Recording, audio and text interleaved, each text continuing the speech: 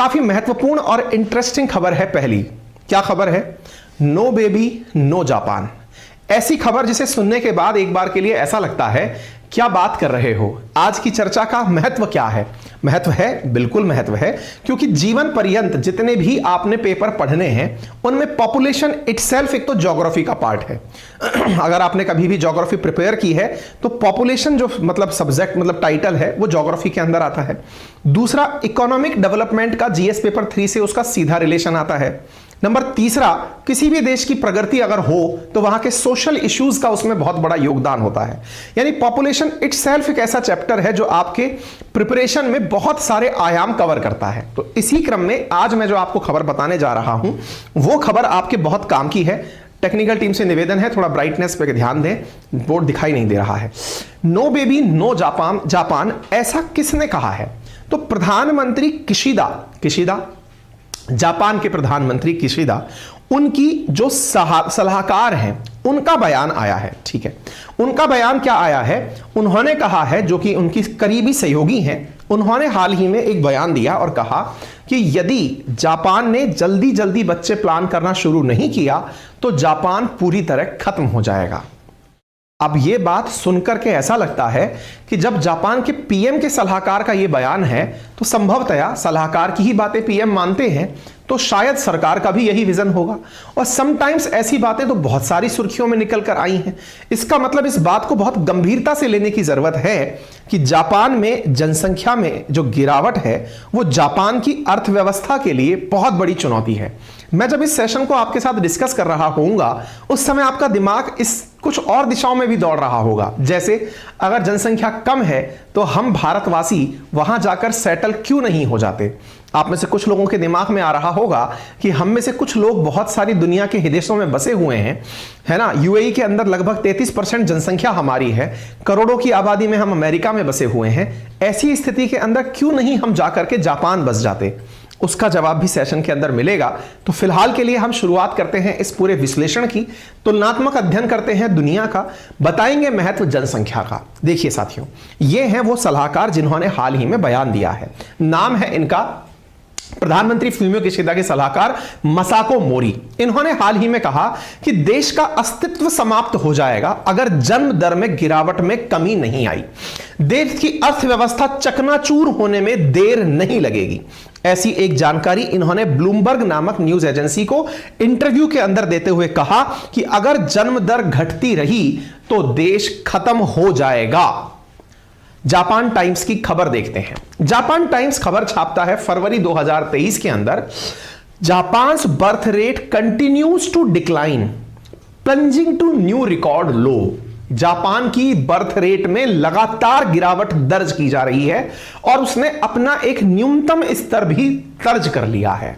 Bloomberg में जहां इन madam ने इंटरव्यू दिया उसमें कहा गया है, ब्लूमबर्ग की रिपोर्ट में एक कहा गया है कि जापान में पैदा होने वाले लोगों की तुलना में लगभग 2 गुने लोगों की मृत्यु हुई है। जहां जापान में एक वर्ष में 8 लाख लोगों से कम जन्म हुआ हो, वहीं लगभग 2 गुना लगभग 1.58 यानी कि 15.8 लाख लोगों की मौत हुई है।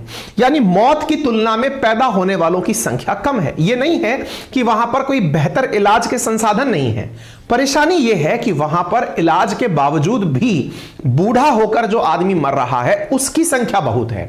देश के अंदर 65 वर्ष से अधिक आयु के जो लोग हैं उनकी संख्या यूरोप के एक देश मोनाको के बाद सर्वाधिक है। रिपोर्ट का दावा है कि जापान की जो जनसंख्या है उसमें 65 साल से अधिक लोगों की जो उम्र है, 65 साल से अधिक उम्र के जो लोगों की संख्या है वो 29% से अधिक है। यानी 29% से अधिक यहां पर लोग 65 वर्ष से अधिक आयु के निवास करते हैं। आप अंदाजा लगाइए, 1/3 आबादी जापान की 65 साल से अधिक उम्र के लोगों की है। जापान की जनसंख्या जहां 2008 में 12 करोड़ 80 लाख थी, उससे गिरकर अब 12 करोड़ 4 लाख 40 लाख या 46 लाख रह गई है। यह गिरावट दिखाती है कि 2008 के मुकाबले 15 सालों के अंदर जनसंख्या में गिरावट आ रही है, जनसंख्या बढ़ नहीं रही है। यह चिंता का विषय है। क्योंकि घटती जनसंख्या अगर आई तो इनको अपने देश के लिए, सुरक्षा के लिए ना तो सैनिक मिलेंगे, ना इनको काम करने के लिए इंजीनियर मिलेंगे। जो आर्थिक ताकत इनकी आज है, दुनिया की तीसरी बड़ी अर्थव्यवस्था जो जापान है, ये अपने आप को जिस समय चुनौती के दौर में खड़ा करना चाहेगी, नहीं कर पाएगी। आज जापान पर सबसे बड़ा संकट नॉर्थ कोरिया जैसे देश का है, चीन जैसे देश का है, जो एनी टाइम जापान को बर्बाद करने के सपने देखते हैं। ये देश अगर चुनौती देने के लिए युद्ध के मैदान में खड़े हो गए तो इन्हें पर्याप्त मात्रा में सैन्य बल भी नहीं मिलेगा। ये चिंता जापान को सताए जा रही है। इसी वजह से जापान के प्रधानमंत्री ने भी इस विषय पर एक जांच कमेटी बिठाई है कि हम कैसे अपनी जनसंख्या को बढ़ाने का काम कर सकते हैं, जनसंख्या को बढ़ाने के लिए हम कौन से प्रोविजंस ला सकते हैं। लेकिन जब हम इस चर्चा को आगे बढ़ाएं, इससे पहले आपका दिमाग जानने का कोशिश कर रहा होगा कि सर आफ्टर ऑल कोई तो कारण होगा जापान की जनसंख्या की कमी का। बहुत सारे कारण हैं और उन बहुत सारे कारणों की व्याख्या हम एक एक करके आपके साथ करने जा रहे हैं। आपके दिमाग में एक प्रश्न पैरेलली बनना शुरू हो चुका होगा कि सर जनसंख्या की ग्रोथ रेट के लिए कोई दुनिया में स्टैंडर्ड फॉर्मूला है क्या? मैंने कहा बिल्कुल है। क्या स्टैंडर्ड फॉर्मूला है जरा बताइए। हमने कहा स्टैंडर्ड फॉर्मूला यह है जो यूनाइटेड नेशंस के द्वारा माना गया है, और वो ये है कि दुनिया में यदि 1000 महिलाओं के द्वारा अपने एक्टिव प्रजनन काल में जितने बच्चे पैदा किए गए, प्रजनन काल 15 वर्ष से लेकर 49 वर्ष की उम्र को माना गया, इसमें जो बच्चे पैदा हुए उनकी संख्या को महिलाओं की संख्या से विभाजित कर दो। तो बोले इससे क्या अर्थ निकलता है? हमने कहा इससे जितने बच्चे महिलाओं ने पैदा किए उनसे जो संख्या निकलकर आती है उस संख्या को फर्टिलिटी रेट कहा जाता है। फर्टिलिटी रेट का अर्थ क्या हुआ? एक महिला द्वारा अपने प्रजनन काल में जन्म दिए गए बच्चों की संख्या, यह कितनी हो तो बेहतर है। साथियों, यदि यह संख्या 2.1 हो, इसका अर्थ समझिएगा साहब, इसका अर्थ हुआ कि यदि एक महिला के द्वारा प्रजनन काल में अपने द्वारा, यानी ऐसे समझिए 1000 महिलाओं ने अपने प्रजनन काल में, यानी कि उनकी उम्र 15 वर्ष से 49 वर्ष के बीच में है, और उन्होंने 2100 बच्चों को जन्म दिया, तो आपकी संख्या निकलकर आएगी 2.1। यूएन कहता है कि यदि एक महिला 2.1 बच्चे को जन्म दे तो इस पूरी दुनिया की जनसंख्या जहां आज है वहीं बरकरार रह जाएगी। ध्यान से सुनिएगा, यह बहुत इंपॉर्टेंट फिगर है। इसी वजह से इस 2.1 को रिप्लेसमेंट रेट कहा जाता है। क्या कहा जाता है? कहां गया? इसी वजह से इस 2.1 को रिप्लेसमेंट रेट कहा जाता है। तो रिप्लेसमेंट रेट क्या है अब आपको समझ में आ जाना चाहिए।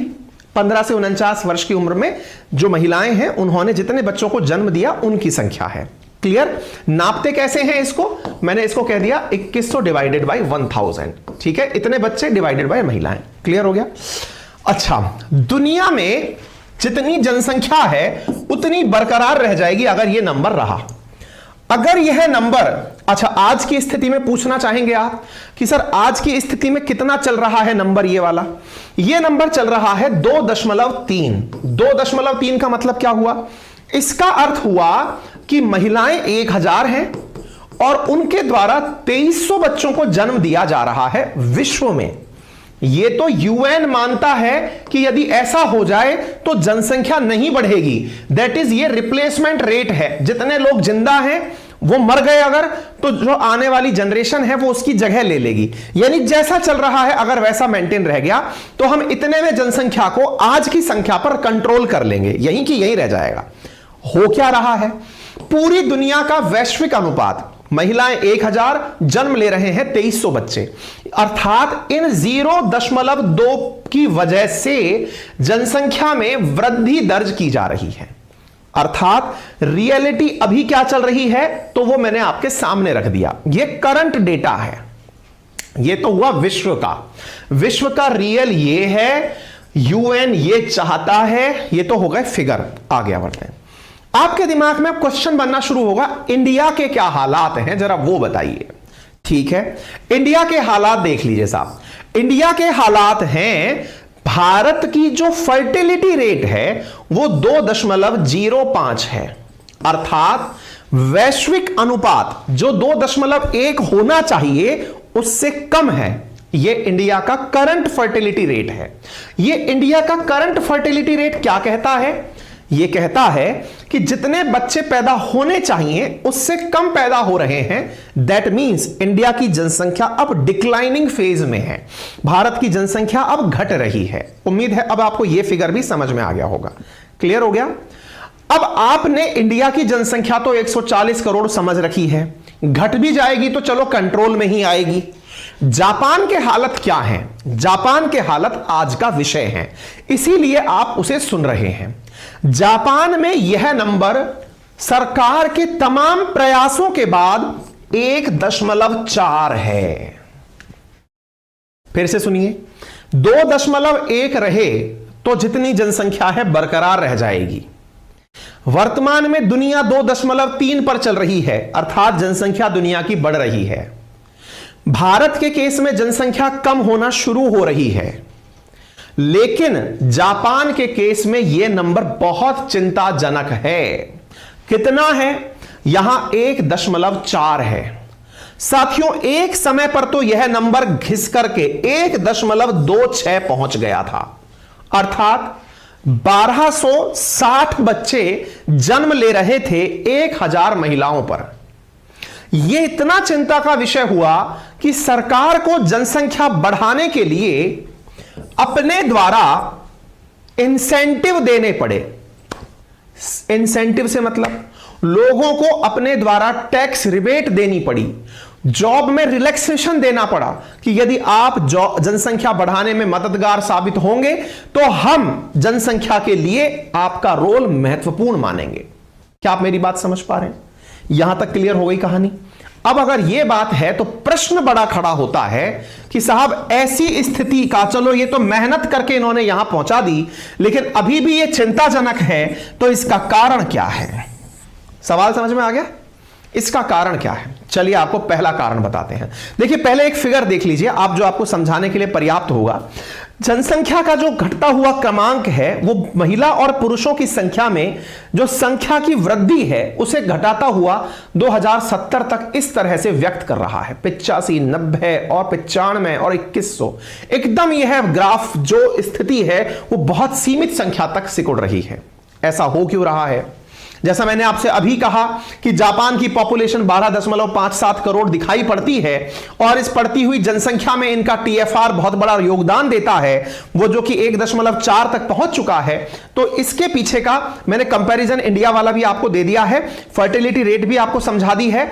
तो यहां पर पहला कारण जो आ रहा है वो है यहां का सामाजिक ताना बाना। बहुत बड़ा कारण जो आ रहा है, देखिए मैंने इसीलिए कहा यह जो इशू है यह सामाजिक व्यवस्थाओं से भी जुड़ा हुआ है। रिसेंटली भारत में एक बहुत बड़ा केस हुआ था, श्रद्धा मर्डर केस। श्रद्धा मर्डर केस में एक टर्मिनोलॉजी काफी ज्यादा चर्चा में आई थी, that was live in relationship, कि वो लड़की जो है वो लिव इन रिलेशन में रह रही थी। उसके बाद से लोगों ने इस पर चर्चा करना शुरू किया कि यह होता क्या है, क्या होता है, इसका मायना क्या होता है, फायदे क्या हैं, नुकसान क्या हैं। ये सब बातें चर्चा में समाज के अंदर आने लगी, क्योंकि समाज का एक नया व्यवस्थाक्रम समझने आने लगा। जापान की तो सबसे बड़ी परेशानी ही लिव इन रिलेशनशिप है। क्या परेशानी है साहब?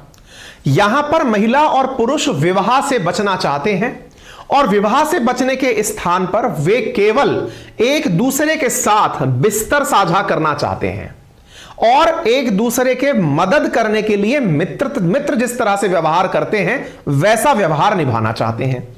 अर्थात यहां पर सामाजिक ताना बाना से हटकर एक दूसरे के साथ बंधन के साथ रहने के स्थान पर खुलेपन को इतना पसंद किया गया कि महिला और पुरुषों ने विवाह करना ही त्याग दिया।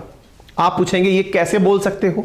मैं आपको कुछ डेटा दूंगा, उस डेटा से आप अंदाजा लगाएंगे कि कितना % लोग ऐसे हैं जापान में जिन्होंने शादी करने से ही इनकार कर दिया क्योंकि वे लिव इन में रहकर खुश थे। अब आपको ऐसा लगेगा सर लिव इन में रहकर खुश थे का अर्थ यह हुआ कि ये विवाह से बचना चाहते थे? जी नहीं, लिव इन में यानी कि एक साथ एक दूसरे के साथ रहने पर आफ्टर ऑल मजबूर किसने किया, उसको जानने के लिए आप इस सेशन को एंड तक सुनिएगा। फिलहाल तो आप कारण नंबर 1 पर हैं कि ये एक दूसरे के साथ लिव इन में रहते हैं, शादी नहीं करते हैं। शादी नहीं कर रहे तो बच्चे पैदा करने की जिम्मेदारी उन पर नहीं आ रही है। ऐसी स्थिति के अंदर चीजें बिगड़ रही हैं। तो आपको एक फिगर देखिए, 1950 के दशक के बाद जापान में शादी के बाहर बच्चे का जन्म लगभग 2% ही हुआ, यानी कि लिव इन में रहने वाले लोगों ने मात्र 2% लोगों ने ही बच्चे पैदा किए। जापान की प्रजनन दर में गिरावट का मुख्य रूप से युवा महिलाओं की शादी का कारण है। जापान में चरम प्रजनन उम्र, जिस समय सबसे ज्यादा बच्चे पैदा होते हैं, उस समय पर अब अविवाहित रहने वाली लड़कियों का अनुपात बढ़ रहा है। 1975 के बाद यह 21% से ऊपर चला गया है, यानी 21% लड़कियां जो इस एज ग्रुप में हैं, जिस समय बच्चियां मां बनती हैं, वो विवाह ही नहीं करना चाह रही हैं, उनकी संख्या 21% तक पहुंच गई है। साल 2020 में 25 से 29 साल की उम्र की 66% लड़कियों ने शादी नहीं की। वहीं 30 से 34 साल की उम्र की 39% लड़कियों ने शादी नहीं की। जापान का यह आंकड़ा चौंकाने वाला नहीं, अपितु डराने वाला है। डरा क्यों रहा है, समझ में आया? वहां की सरकारें चिंतित हैं कि जब हम ये संपत्तियां बना रहे हैं, इनका संरक्षण कौन करेगा? जापान तो हाईटेक बन गया, लेकिन इसमें रहेगा कौन? ये चिंताएं क्यों बन रही हैं? क्योंकि महिलाएं गर्भ धारण करने से, बच्चा पालने से बचना चाह रही हैं। उसका नमूना और प्रेजेंटेशन क्या बता रहा है कि जो शादी योग्य हैं, जो शादी के बाद बच्चा करने की उम्र में महिलाएं हैं, वो विवाह करने से कतरा रही हैं। 21% महिलाएं ऐसी हैं। बहुत बड़ा नंबर होता है, 1/5 आबादी ऐसी हो गई हो, समझिए। आप इधर देखिए, record number of young people in Japan rejecting marriage, ऐसा सर्वे में पाया गया है। यह सितंबर 2022 की कटिंग आपके सामने है। ठीक है साहब, अब इसके पीछे का क्या कारण है? क्योंकि हर कोई कारण जो है, मतलब हर घटना अपने पीछे कोई कारण लेकर आती है। हर घटना अगर अपने पीछे कोई कारण लेकर आती है, तो मैं अब आपको एक स्टैटिका का आंकड़ा साझा कर रहा हूं कि भाई महिलाएं क्यों कह रही हैं कि हमें बच्चे नहीं करने। उसके पीछे का कारण सुनिए। कारण है यहां पर वुमन एम्पावरमेंट। महिलाओं को एम्प्लॉयमेंट में जो योगदान दिया गया है, या महिलाएं जो काम करने जा रही हैं, रोजगार में जो भागीदार बन रही हैं, उनका परसेंटेज देखें आप एक बार। सब महिलाओं ने 2013 के अंदर 47% महिलाएं नौकरी करती थी। आज की स्थिति 53% महिलाएं जापान के अंदर नौकरी कर रही हैं। अब आपके दिमाग में प्रश्न बनेगा, तो क्या नौकरी करना बच्चे पैदा करने में बाधा बनता है क्या? क्या आप यह कहना चाहते हैं क्या कि महिला एम्पावर हो गई तो फिर वो बच्चे पैदा नहीं करेगी? मैं नहीं कह रहा ये सब बातें, ये फिगर्स हैं जो एक दूसरे को रिलेट कर रहे हैं। फिर आपके दिमाग में एक प्रश्न बनेगा, महिला को नौकरी के लिए मजबूर किसने किया? इस समाज ने किया। सरकार का रोल आएगा, एंड में आएगा वो, लेकिन फिलहाल के लिए आप फिगर्स देखते चलिए। जो ऑब्जर्वेशंस आ रहे हैं आप उन्हें समझिए। महिलाओं का जैसे जैसे कार्य में भागीदारी बढ़ता गया, जापान के अंदर जो शादी ना करने वालों की संख्या है वो बढ़ती गई। शादी ना करने वालों की संख्या बढ़ती गई तो इनके यहां पर टीएफआर घटते घटते निचले स्तर तक पहुंच गई। अब यह नमूना जब देखा गया, यह केवल जापान में नहीं, इन दिनों चीन के अंदर भी यही चीज की सबसे बड़ी परेशानी बनी हुई है। हम आएंगे उस पर भी। तो जापान की युवा लड़कियां देश के आर्थिक अवसरों में तेजी से सुधार के कारण शादी करने और बच्चा पैदा करने से कतराने लगी हैं। अब इसके पीछे का कारण क्या है? स्वाभाविक सी बात है कि महिला जब जॉब पर होती है, अगर उसे गर्भ धारण करना पड़े, बच्चे का लालन पोषण करना पड़े, तो वो जिस गति से तेजी से जॉब में आगे बढ़ रही होती है, लगभग 1 से 1.5 या 2 साल का उनकी प्रोग्रेस में एक रुकावट आ जाती है। यह अवधारणा या धारणा नहीं है, यह सच्चाई है। केवल सरकारी नौकरियां ही इसलिए पसंद की जाती हैं क्योंकि उसमें प्रोग्रेस आपके टाइम बाउंड मैनर में होती है। प्राइवेट सेक्टर जो कट थ्रॉट कंपटीशन का चलता है, जहां की आपकी कॉम्पिटेंस मायने रखती है, वहां पर महिलाओं के गर्भ धारण करने से लेकर बच्चे को जब तक वो स्कूल जाने लायक स्थिति में ना हो जाए, महिला को अपनी कॉम्पिटेंस के साथ कॉम्प्रोमाइज करना पड़ता है। अब वो जो कॉम्पिटेंस में कॉम्प्रोमाइज है, इससे बचने के लिए महिलाएं अपने आप को ऐसा पा रही हैं कि उन्हें बच्चे पैदा ही नहीं करने चाहिए, क्योंकि उन्हें योगदान अर्थव्यवस्था में देना है, इंडिपेंडेंसी को देना है और आगे लेकर आगे बढ़ना है। एक नमूना देखिए, जापान में 4 सालों के अंदर जो प्रोफेशनल कोर्स होते हैं, जैसे कि जो आप बीटेक इंजीनियरिंग वगैरह जो टाइप के कोर्स करते हैं, उनमें दाखिला लेने वालों में लड़कियों की संख्या में भारी इजाफा दर्ज किया गया है। इजाफा इतना कि यहां 4 वर्षीय कॉलेज प्रोफेशनल कोर्स के अंदर महिला युवा जो हैं, उनकी संख्या के अंदर बेहतरीन बढ़ोतरी देखी गई है। यानी महिलाएं प्रोफेशनल बनना चाहती हैं, शादी के बंधन में बंधने के लिए वो तैयार नहीं हो रही हैं। लड़कियां ना तो शादी करना, ना बच्चे पैदा करना, ना उनकी परवरिश करना, ना घर संभालना, इन्हें अब वो बोझ समझने लगी हैं।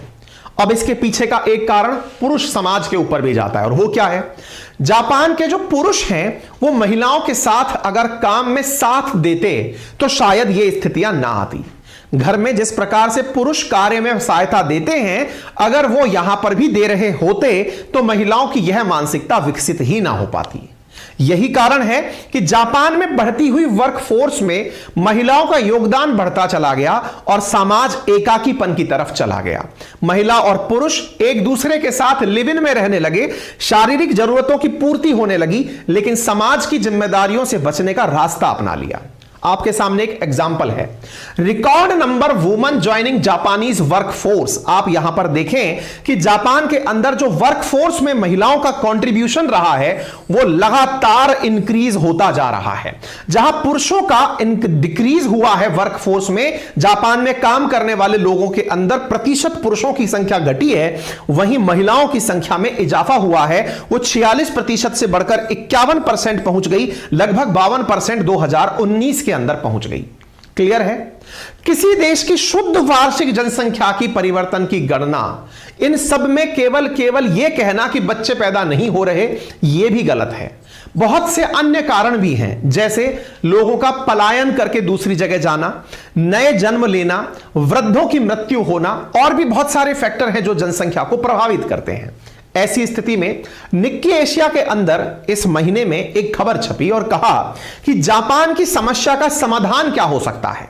आंसर था कि लोग दूसरी जगह से पलायन करके जापान रहने चले जाएं, तभी संभव है कि जापान अपनी जनसंख्या को बचा पाएगा। अर्थात आप और हम जैसे लोग जो जनसंख्या की वजह से परेशान हैं, हमारे पास प्राकृतिक संसाधनों का अभाव है, हमारे पास में जगह का अभाव है, रोजगार का अभाव है, ऐसी स्थिति में क्यों ना हम जैसे देश से लोग जहां बड़ी मात्रा में जनसंख्या है वो जाकर जापान रहने चले जाएं। तो अब लोग ये कह रहे हैं, आपने देखा होगा कनाडा ने हाल ही में बहुत से लोगों को अपने यहां रहने के लिए परमानेंट स्थान दे दिया है। जहां कहीं पर भी विवाद चल रहा हो, कनाडा बोलता है हमारे यहां आकर रह लो, विवाद हो हमारे यहां आ जाओ। यानी आपके पास जगह है, उस पर रहने के लिए वर्कफोर्स चाहिए। वर्कफोर्स के लिए अब इन देशों की तरफ देखा जा रहा है जहां पर बड़ी जनसंख्या लोग पैदा हो रहे हैं। ठीक है, इमिग्रेशन सॉल्यूशन के रूप में देखा जा रहा है। आप में से कुछ लोग कहेंगे फिर तो साहब हमें भी आवेदन कर ही देना चाहिए, आज से हमारा जूता जापानी नहीं, हमारा सब कुछ जापानी होगा। इतना आसान नहीं है। आप पूछेंगे क्यों? जापान के नियम कड़े हैं। मैंने कहा वो तो बात दूसरी है कि जापान का पासपोर्ट हेनले पासपोर्ट इंडेक्स में हमेशा टॉपर में रहता है, लेकिन उसके बावजूद भी यहां पर एक और परेशानी है, और वो क्या है? यहां की महंगाई। साथियों, असल में जापान में जो महंगाई है वो हिंदुस्तान की तुलना में ऑलमोस्ट 1.5 गुना है। अब आप पूछेंगे कि ऐसा क्या है? मैं आपको कुछ नमूने देता हूं। 1.5 से 2 गुना तो आम बात है जापान के अंदर महंगाई का होना। दुनिया के लिए चिंता का सबब है जापान की महंगाई। कहा जाता है कि भारत से 182% तक सामान महंगा है, वहीं चीन में भारत से 104% तक सामान महंगा है। आप पूछेंगे ये कैसे तय होता है? चलिए मैं इसको इंडियन रुपी में ही कन्वर्ट करके तय करवाता हूं। इंडियन रुपी, जैसे भारत में यदि आप भोजन करने जाएं, ब्रेकफास्ट नहीं लंच करने जाएं, आपने कोई कोल्ड ड्रिंक या फिर कोई भी जूस वगैरह खरीद कर खाने की कोशिश की, तो सामान्यतया आप 371 रुपए में जो भोजन करके आएंगे, जापान में वही भोजन करने में आपको 951 रुपए खर्च करने पड़ेंगे। वहीं पर यदि जापान के अंदर आपको 1 लीटर दूध खरीदना पड़ा जो भारत में 55 से 60 रुपए में मिल जाता है, भारतीय रुपए में कन्वर्ट करके अगर जापान में उसी को तुलनात्मक रूप से जाना जाए तो वो 139 रुपए लीटर पड़ता है। यानी जापान की जो महंगाई है वो भारत की तुलना में कई गुना अधिक है। ऐसी स्थिति में जो सामान्य जीविका का खाना है वो 135% तक ज्यादा महंगा होता है। आप पूछेंगे और ये तो चलो खाना हुआ। मैंने कहा भाई रोटी, कपड़ा और मकान ये बुनियादी आवश्यकता होती है किसी के भी रहने की। अब आप आ जाइए रहने के ऊपर, मकान के ऊपर। मकान में जहां भारत के अंदर एक फर्निश्ड फ्लैट का मासिक किराया, अगर आप मुंबई जैसी जगह पर रह रहे हो तो भी आपको 50,000 रुपए महीने में बेहतरीन तरीके से एक रहने लायक पॉश इलाके में, 50,000 बहुत बड़ी रकम है, उतने में आपको फिर भी एक रहने लायक लग्जरी फ्लैट मिल जाएगा। वो बात दूसरी है कि आप 5 लाख रुपए रेंट देकर रह रहे हो या 5,000, लेकिन एक सामान्य जिंदगी जीने वाला व्यक्ति से, मतलब उससे अपर मिडिल लेवल क्लास की बात कर रहे हैं अपन, वही चीज अगर जापान में लेने जाएं आप तो वो 1,37,000 रुपए में पड़ती है। अर्थात लिविंग लगभग 3 गुना महंगी है। वहीं अगर हम कपड़ों की बात करें तो एक साधारण कैलकुलेशन जीन्स के पैंट से देखा जाए तो लेवाइस की जीन्स जो भारत में 2594 रुपए में एक साधारण जीन्स आ जाती है, जापान में वो साधारण रेंज 4,000 रुपए से शुरू होती है। इसका सीधा सा अर्थ क्या हुआ? रोटी, कपड़ा और मकान, ये तीनों जापान में भारत से कई गुना अधिक महंगे हैं। क्या यही महंगाई तो वो कारण नहीं जो कि हर चीज का रूट कॉज हो? आप पूछेंगे कैसे? हमने कहा आपने अब तक क्या सुना? आपने अब तक सुना कि यहां पर लोग बच्चे पैदा नहीं करना चाहते। क्या बच्चे गुड्डा गुड्डी का खेल है क्या? बच्चे पैदा किए, वाओ बधाई हो। नहीं साहब, एक बच्चे की परवरिश में जो खर्चा होता है, जापान जैसे महंगे देश में उसकी कितनी महंगाई होगी ये आप अंदाजा लगा सकते हैं। नंबर 1, जब महंगाई इतनी ज्यादा है, क्या महिलाओं का काम करना उनकी इच्छा है या मजबूरी है? नंबर 2, यहां पर महंगाई इतनी है कि यदि व्यक्ति अकेला कमाने निकले तो शायद वो परिवार का भरण पोषण ना कर पाए। इस कारण से महिला और पुरुष को लग के काम करना पड़ रहा है। 2 कारण। नंबर 3रा कारण, जब यहां पर महंगाई को ही कंट्रोल नहीं किया जा सका है तो महिला पुरुष को आप विवाह के लिए मना कैसे लेंगे? क्योंकि वर्क फोर्स तो ऑलरेडी जॉब में इन्वॉल्व है, आप उन्हें टाइम कैसे दे पाएंगे? यानी इन सब चीजों के पीछे मैंने कहा ना सरकार जिम्मेदार है। वो सरकार जिम्मेदार कैसे हुई? महंगाई की वजह से। होना क्या चाहिए था? जापान में जब इतनी टेक्नोलॉजी है तो चीजें तुलनात्मक रूप से सस्ते दामों पर मिलनी चाहिए थी। जब चीजें सस्ते दामों पर मिलती तो आजीविका आसान होती। आजीविका आसान, इंडिया में आइए, मोस्ट वेलकम है आपका। आजीविका इतनी आसान है कि आदमी कई बार तो यह डायलॉग मारता हुआ पाया जाता है कि भाई साहब मैं 5 रुपए जेब में रखूं और सुबह से लेकर शाम तक केवल रिश्तेदारों के चाय कॉफी पीते हुए निकल जाऊं तो भी मेरा दिन कट जाएगा। भारत में आप अगर 1 पैसा नहीं कमाते हैं तो भी चिंता ना करें, भारत सरकार है आपको तरह तरह की योजनाओं से लाभ पहुंचाने के लिए। हालांकि भारत में पाकिस्तान से जस्ट डबल गरीबी रेखा के नीचे वाले रहने वाले लोगों की संख्या है। अरे भाई आबादी भी तो बहुत ज्यादा है ना, दुनिया की 1/5 आबादी हम ही रखते हैं, लेकिन उसके बावजूद भी उनकी परवरिश करने के लिए भारत सरकार मुफ्त अनाज से लेकर मनरेगा की मजदूरी, हेल्थ सुविधा से लेकर के रोजगार की सुविधा तक सरकार उपलब्ध कराती है। तो आप कहेंगे क्या वहां पर सामाजिक सुविधाएं नहीं है? लगता तो नहीं है, क्योंकि इतनी महंगाई अगर वहां है तो वो सामाजिक सुविधाएं हैं किसके लिए, यह समझने का प्रश्न है। इसी कारण से यहां की सरकार टैक्स इंसेंटिव और फाइनेंशियल बेनिफिट देकर लोगों को आकर्षित कर रही है कि भाई मैं तुम्हें टैक्स में राहत दिलवा दूंगा या तुम्हें फाइनेंशियल बेनिफिट दे दूंगा, एक बार के लिए साथ चलो।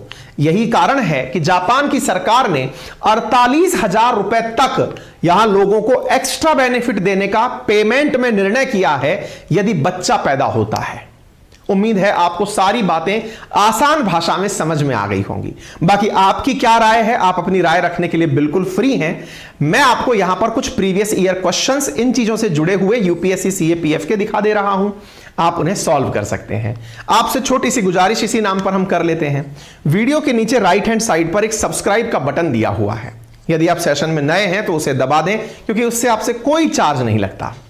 और तो और आप अपने इस सेशन को ऑलरेडी सब्सक्राइब कर चुके हैं तो अपने साथियों से इसे शेयर करें, उसका भी कोई चार्ज नहीं है। वीडियो को लाइक करें। बाकी हमने कमेंट बॉक्स में आपके लिए जो एप्लीकेशन पिन किया हुआ है वहां पर हमारा paid batch general awareness by Ankit Awasthi के नाम से चल रहा है, जो कि यूपीएससी फाउंडेशन लेवल की तैयारी करा रहा है, जो ना केवल स्टेट पीएससी बल्कि एसएससी, रेलवे, डिफेंस जैसे एग्जाम के लिए जरूरी है। पूरे 1 साल की वैलिडिटी के साथ 4 subject history, geography, polity, economy वहां तैयार कराए जा रहे हैं। आप उसे एक्सेस कर सकते हैं। ठीक है साहब, इसको कहां पर दिया जा रहा है? आरएनए बाय अंकित अवस्थी पर पेड कोर्सेज सेक्शन में आपको यह उपलब्ध कराया जा रहा है। बाइलैंग्वेज कोर्स है, पीडीएफ दोनों भाषाओं में उपलब्ध है, लाइव और रिकॉर्डेड क्लास मिलती हैं। रोजाना शाम 8:30 बजे Monday to Friday course classes होती हैं। वीकली अब करंट अफेयर का 10 बजे टेस्ट हो ही जाएगा, जो पूरी तरह फ्री होगा। उस टेस्ट के विजेताओं को हमारे द्वारा आकर्षक उपहार दिए जाएंगे। अधिक सहायता के लिए आप हमारी टेक्निकल टीम को इन नंबर्स पर कॉल कर सकते हैं, जो आपके लिए सुबह 8 से रात 8 बजे तक उपलब्ध हैं। Thank you so much. अपना ख्याल रखें, बड़ों का सम्मान करें, छोटों को प्यार दें, अपना व्यक्तित्व इस प्रकार से विकसित करें कि महिलाएं आपके साथ सुरक्षित और सम्मानित महसूस करें। धन्यवाद।